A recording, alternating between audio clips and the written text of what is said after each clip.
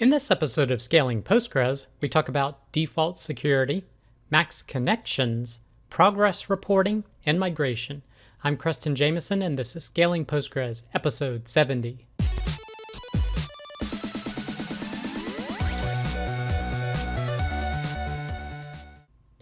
All right, I hope you're having a great week. Our first piece of content this week is PostgreSQL Deep Dive, PostgreSQL Defaults and Impact on Security, Part 1. There's also a second post, that is Part 2, we'll be covering as well. So this is indeed a deep dive. It is a very long post talking about impact on the defaults and their impact on security. So basically talking about users, groups, and roles and kind of what they have by default, what's the impact of the public schema, and also an discussion about the situation identified by this CVE that was posted in 2018 and how you can basically protect yourself from it. So he talks about basically there is the command to create users, groups, and roles, but really they're all the same thing. A user or a group is basically an alias for a role. So when you create a role, you're creating a user or a group. Generally, users have the connect privilege, or they mention here actually consider that an attribute, whereas groups generally do not. But essentially, they're all considered roles. Now, what's great about this post is the level of education about how roles in the public schema and the search path in terms of what commands to execute are. So these are two very important posts, and they are very long. So if you're not able to read it now, I would definitely bookmark these and come back to them because they're really, really good in terms of from an educational perspective. So he's talking about roles have basically four types of relevant properties. They have attributes, which is a capability for a role. So example, login, superuser, etc. Membership, which is it's a member of another role. Privileges, so can it do an unselect, an insert, an update, delete, etc. And then settings, so it's a custom value for a configuration variable bound to a role. Now, as a part of this post, they also go over a extension that was created called the Crunchy Check Access. And basically, with roles acting as users and groups, and again, the public schema and privileges or default privileges, it can become really confusing what rights someone has. And basically, they've developed this extension to be able to give you an insight into what rights a given user or a role or a group has. So in this example post, they created a basic database called Deep Dive, and then they created a group. Again, these are still just roles, but they created a group using noInherit, some super users, created some different roles, created a group, add users to a role or make it a part of a role, and then use the du command to get the list of roles and kind of what their attributes and what they're members of. So again, this really goes through and gives you an education on how you can create these different things, and then what the security ramifications are in terms of what privileges certain people have. And then they use the check access extension to be able to see what they have. And some of the output appears down here. Now, I'm not going to go over everything in this post because it is super long and it will take an immense amount of time to review, but I strongly suggest you check it out and look at it for edification purposes. Now, the second part, once you have that basic knowledge down, goes into CVE 2018-1058. And first they mention some concepts about the schema, where he says basically there's a schema called the PG catalog, which includes the built-in objects provided by PostgreSQL. And then new databases have a schema called public. And there's a concept of the search path where, quote, the PostgreSQL searches the system catalog schema, the PG catalog first, and then it looks in the user schema and then the public schema, where the user is essentially the session user name.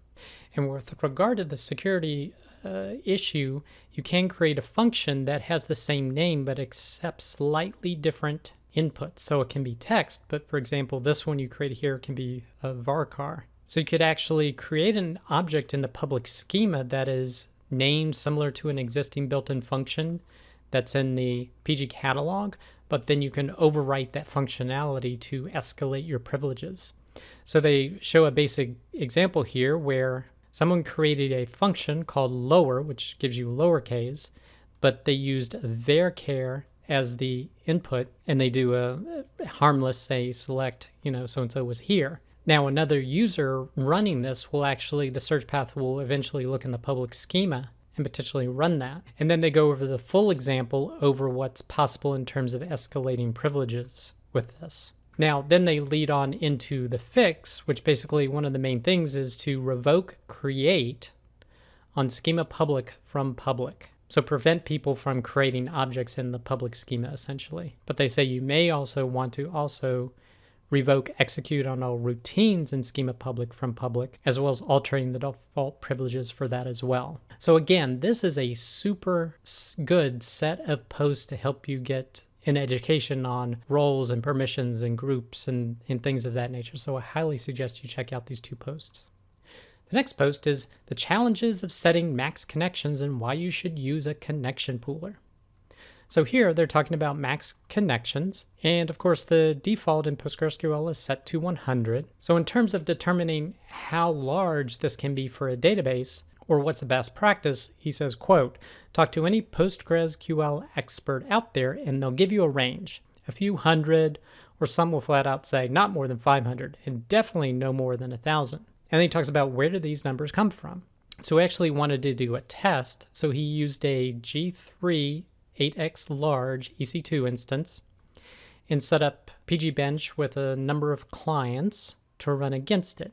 And he set the number of concurrent connections to run from 100 up to 5,000. And he set max connections to 12,000, so quite a bit on this database. And here you can see the graph of transactions per second. So essentially how many transactions, how high it can go concurrently, and then how the latency increases. But it seems like most of the action happens in the beginning part, so we zoomed in on it here. So as he says, the optimal performance was when there were between 300 and 500 concurrent connections. And after 700 connections, the performance dropped off precipitously. So again, very close to that tribal knowledge. Quote, a few hundred, no more than 500, definitely no more than 1,000. So that's pretty much what this is saying here too.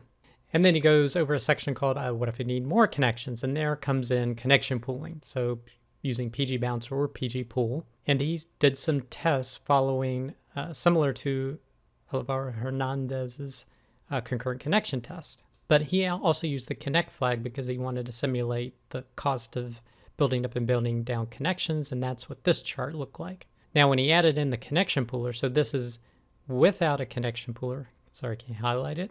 This is without a connection pooler, and with a connection pooler, you definitely see increased performance. So basically, max connections, it looks like a few hundred, probably not more than 500, definitely no more than 1,000 is the way to go. And if you need more connections than that, then fall to start using a connection pooler such as pgpool or pgbouncer. But if you're interested in this type of content, definitely a blog post to check out. The next post is Postgres 12 Highlight, More Progress Reporting. And this is from pakir.xyz. And he's talking about how we have progress reporting for vacuum, but now they've added more progress reporting in Postgres 12 for cluster activities, as well as vacuum full activities. So rewriting essentially the whole table. And that one's called pgstat progress cluster. And then also for reindex and create index operations. And for that, there's a view called pgstat progress create index. So definitely some great new features being added to 12 in order to monitor these 2 potentially long processes. And if you want some more details, definitely a blog post to check out. The next post is actually a presentation from Bruce Momjian from EDB Postgres talking about major features Postgres 12. So this goes over partitioning improvements, B-tree improvements, most common value statistics where you define statistics across columns, inlining many CTE queries as opposed to materializing them, prepared plan control, which we talked about in a previous episode of Scaling Postgres, just-in-time compilation being on by default, the new checksum control feature, and then reindex concurrently, which again, my opinion is a huge feature, great to have. So if you want some more detail with regard to these, definitely check out his presentation. There's another presentation that Bruce Momjian also posted, which is the Democratization of Databases. So basically he did some analogies between government and their structure and the software governance structure of Postgres and why it is advantageous. So it's an interesting read if you want to check it out. The next post is PostgreSQL Administrator Account with no login. Recover your Postgres role. And this is from Luca Ferrari at fluca1978.github.io. And he says, what happens if you lose the ability to log in with your Postgres account? What are you going to do? So when you try to do it, it says Postgres is not permitted to log in. So you can actually stop the service and then start it in single user mode. So always remember that you have this mode to be able to start Postgres in. And with that, you can execute operations such as alter role Postgres with login, and then Control D to stop out of it. And then you can start the Postgres service normally and to be able to connect as Postgres. So a very simple post, but just something to keep in mind if you ever run into such a problem as this. The next post is managing multiple PostgreSQL instances on Ubuntu or Debian. So this talks about some of the different cluster commands that are available on Ubuntu for being able to manage multiple clusters. So for example, there's the commands pgls clusters to list out the clusters that are available. There's the cluster control using pg_ctl cluster control. And you can also create clusters, drop clusters. So this goes over how you can manage multiple clusters of PostgreSQL on Ubuntu or Debian platforms. So if you're interested in that, definitely a blog post to check out. The next post is a webinar, Migration to PostgreSQL Follow-Up. So this is a webinar given by Second Quadrant, and they talk about migrating to PostgreSQL.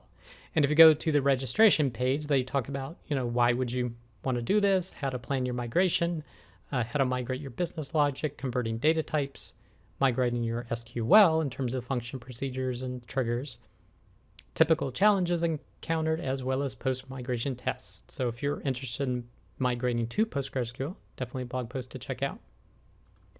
The last post is version 1.6 of pgWatch 2 PostgreSQL monitoring tool released.